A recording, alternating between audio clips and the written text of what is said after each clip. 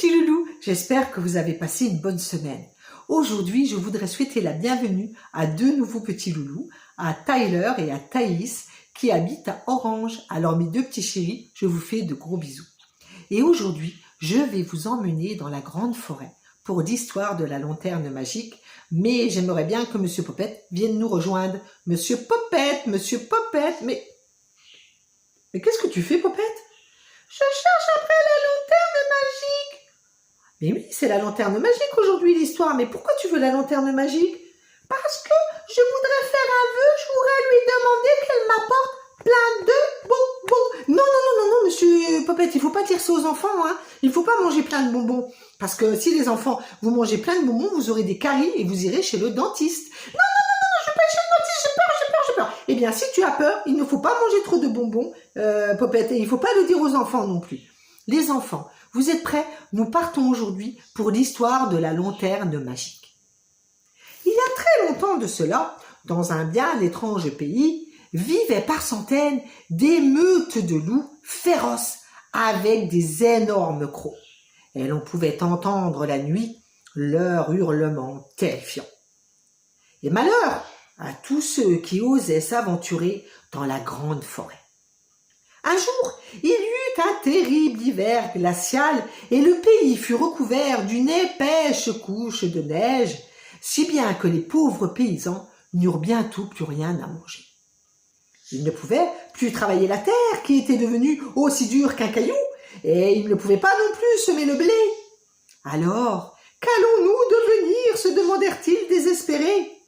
C'est sûr, nous allons tous mourir de faim si nous ne trouvons pas rapidement une solution. C'est pourquoi ils décidèrent de demander de l'aide à la fée de la forêt.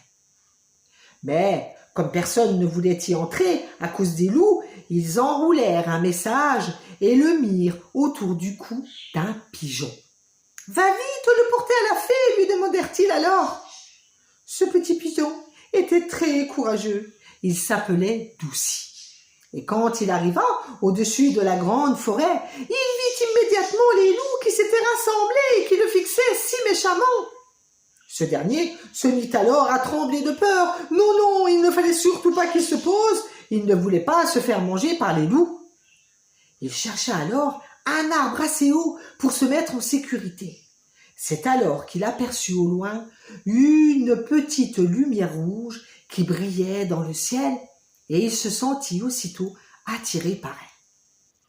C'était comme si cette dernière lui demandait de venir, et plus il s'en approchait, plus elle brillait pour enfin devenir une grosse boule de feu rouge écarlate. Quand Douci arriva devant elle, il hésita quand même un long moment. Que devait-il faire? Devait-il vraiment s'en approcher? Mais s'il revenait en arrière, il retrouverait alors sûrement les loups féroces.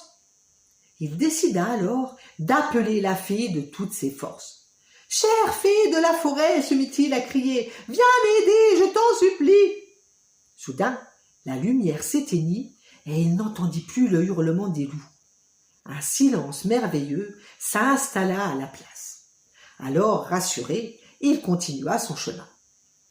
Les branches des arbres s'écartaient sur son passage et toutes les fleurs lui adressaient un petit signe de bienvenue. Sans le savoir, notre petit pigeon venait d'entrer dans le monde fantastique de la fée de la forêt. Et la lumière rouge était sa lanterne magique que cette dernière lui avait envoyée pour lui montrer le chemin. Douci vola encore un long moment avant d'apercevoir enfin la fée assise sur un tronc d'arbre. Aussitôt, il se posa près d'elle. La fée était si belle. Elle était habillée d'une petite robe qui brillait de mille feux, et ses ailes ressemblaient à celles d'un ange.